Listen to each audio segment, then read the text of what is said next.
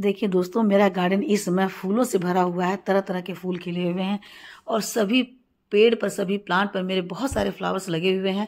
जबकि गर्मी इतनी तेज हो रही है। और ये मेरे अलमांडा के फ्लावर देखिए, तो अलमांडा की जो दोनों वेराइटी है, जो हाइब्रिड वाली है और देसी वाली है, दोनों ही तरह के प्लांट पर मेरे बहुत सारे अच्छे अच्छे फ्लावर खिले हैं। मतलब उसमें फूलों की कमी नहीं है, ना ही कलियों की कमी है। तो लगातार ये फूल खिलते आ रहे हैं। जो बड़े बड़े हैं वो तो बिल्कुल देखिए बिग साइज के हैं, तो वो भी खिले हुए हैं और उनमें बहुत सारी कलियां बनी हुई है। प्लांट मेरे बहुत ही अच्छे हेल्दी हैं। प्लांट का कलर भी बहुत सुंदर है। दो तरह के मेरे पास हैं। वैसे तो अलमांडा जो है वो दो ही कलर के होते हैं, एक येलो होते हैं और दूसरा पर्पल होते हैं। तो दोनों तरह के फ्लावर मेरे खिले हुए हैं।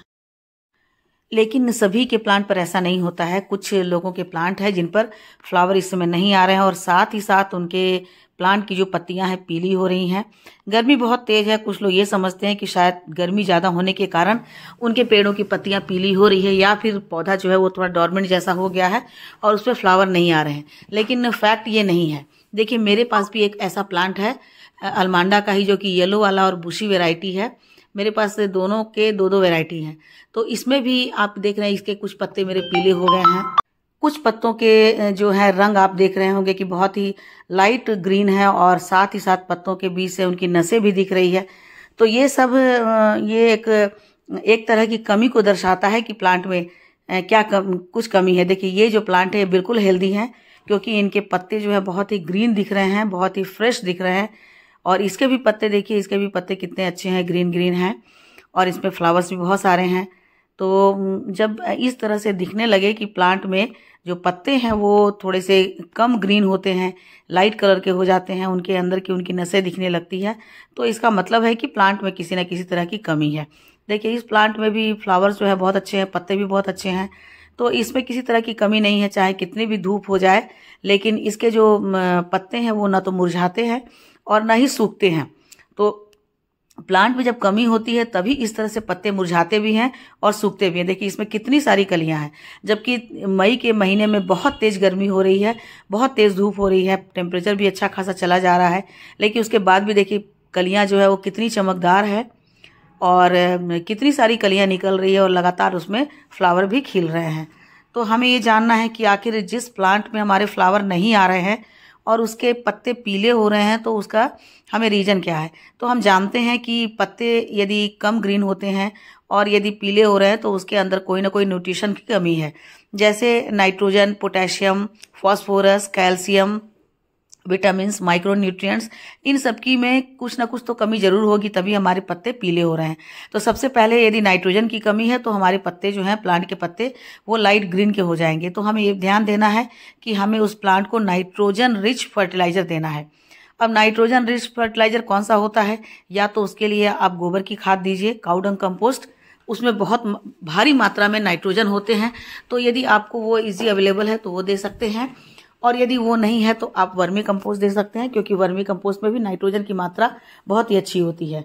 और यदि ये भी आपके पास नहीं है तो उसके बाद आप क्या कर सकते हैं कि आप घर में जो यूज्ड चाय पत्ती होती है, जो हम चाय बनाते हैं, चाय बनाने के बाद जो पत्ती हम चाय छानते हैं, तो जो पत्ती बच जाती है उस पत्ती को आप ले ले और उसे पानी से 3-4 बार धो दे, ताकि उनका जो दूध है और उनमें जो चीनी है वो दोनों खत्म हो जाए।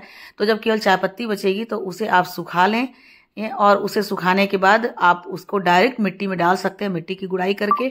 और नहीं तो आप पानी में सोख करके भी रख दें 3-4 घंटे। 3-4 घंटे के बाद जो चाय पत्ती में नाइट्रोजन होता है, उसमें जो आयरन होता है, वो सारा न्यूट्रिएंट्स उसके पानी में घुल जाएंगे और उस पानी को आप हर 1 सप्ताह में दीजिए, हर मतलब 3 से 4 दिन के बाद दीजिए। तो आपके पत्तों में जो नाइट्रोजन की मात्रा की कमी है वो खत्म हो जाएगी। दूसरा बात है कि यदि इनके पत्ते पीले हो रहे हैं और इनमें फ्लावर नहीं आ रहे हैं तो इनमें फास्फोरस की कमी, पोटेशियम की कमी, कैल्शियम की भी कमी है। तो इन तीनों के भी जो कमी को दूर करने के लिए आपको इनमें डालना है ऐसे फर्टिलाइजर जिसमें पोटेशियम, फास्फोरस और कैल्शियम की मात्रा बहुत ज़्यादा हो। देखिए इसमें तो मात्रा की कमी थी, तो मैंने अब आज मैं आप लोगों को दिखलाती हूँ कि मैं इसमें डालूंगी वर्मी कंपोस्ट, गोबर की खाद, बोन मील, क्योंकि बोन मील में कैल्शियम भी होता है, फास्फोरस भी होता है, जो हमारे प्लांट की जड़ों को काफ़ी हेल्दी बनाता है और प्लांट की तने को भी काफ़ी हेल्दी बनाता है। तो सबसे पहले तो आपको प्लांट की मिट्टी की गुड़ाई कर लेनी है, क्योंकि प्लांट की जड़ों तक ऑक्सीजन नहीं जा रहा है, मिट्टी हल्की नहीं है, धूप नहीं जा रही है, तो इसके कारण भी प्लांट को तकलीफ हो सकती है, उनमें कमी हो सकती है। ऊपर ऊपर जो जड़ें आ गई हैं उन जड़ों को आप काट कर हटा सकते हैं इस तरह से, और मिट्टी को बिल्कुल इस तरह से मिला लीजिए कि जितने भी उनमें ढेले बने हुए हैं यानी गुठलियां बनी हुई है वो पूरी तरह से टूट जाए। क्योंकि जब मिट्टी अच्छी तरह से एक सार हो जाती है तभी उनमें जो धूप है या ऑक्सीजन है उसकी मात्रा अंदर तक जा सकती है। तो पूरी मिट्टी की गुड़ाई कर लीजिए अच्छे से, और उसके बाद मिट्टी को आप कहाँ जमा कीजिए, जड़ों के पास। देखिए हमारे प्लांट की मिट्टी ऊपर से बिल्कुल सूखी दिख रही है, लेकिन अंदर ही अंदर वो बहुत मॉइस्ट है। तो मिट्टी आपको ऐसी ही बनानी है जो इतनी हल्की हो कि ऊपर से भले ही सूखते हुए दिखे लेकिन मिट्टी भीतर ही भीतर मॉइस्ट बनी रहे, क्योंकि प्लांट को मॉइस्चर चाहिए। ये ऐसा प्लांट है कि इसे यदि आप मॉइस्चर नहीं देंगे तो इनमें फ्लावरिंग भी नहीं होगी और इनके पत्ते भी धीरे धीरे सूखने लगे।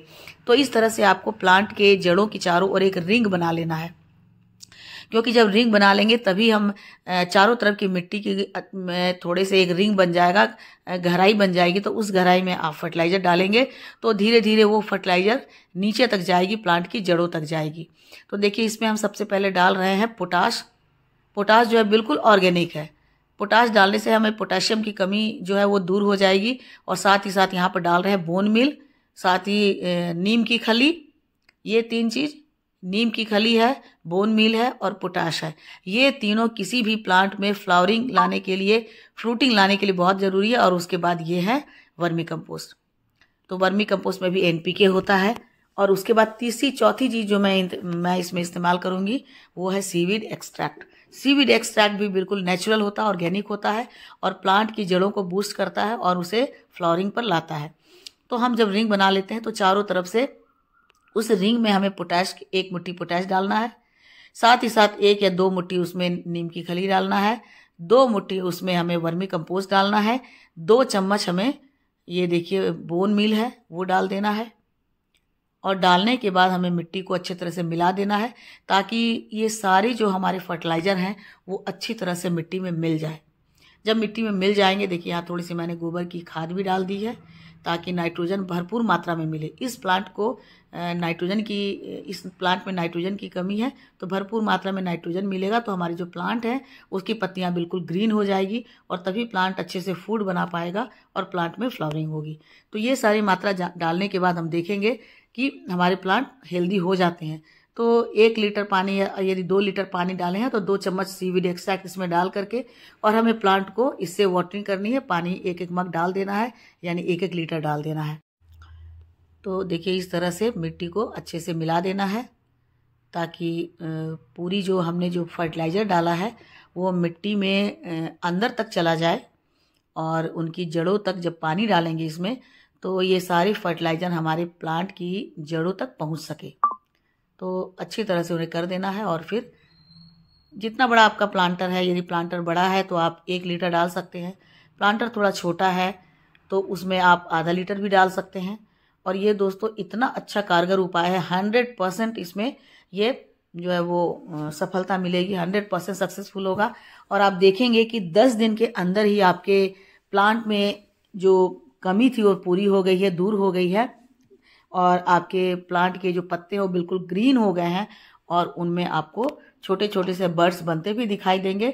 और 15 से 20 दिन में आपके प्लांट पर फ्लावरिंग स्टार्ट हो जाएगी और प्लांट के पत्ते बहुत ही ग्रीन हो जाएंगे।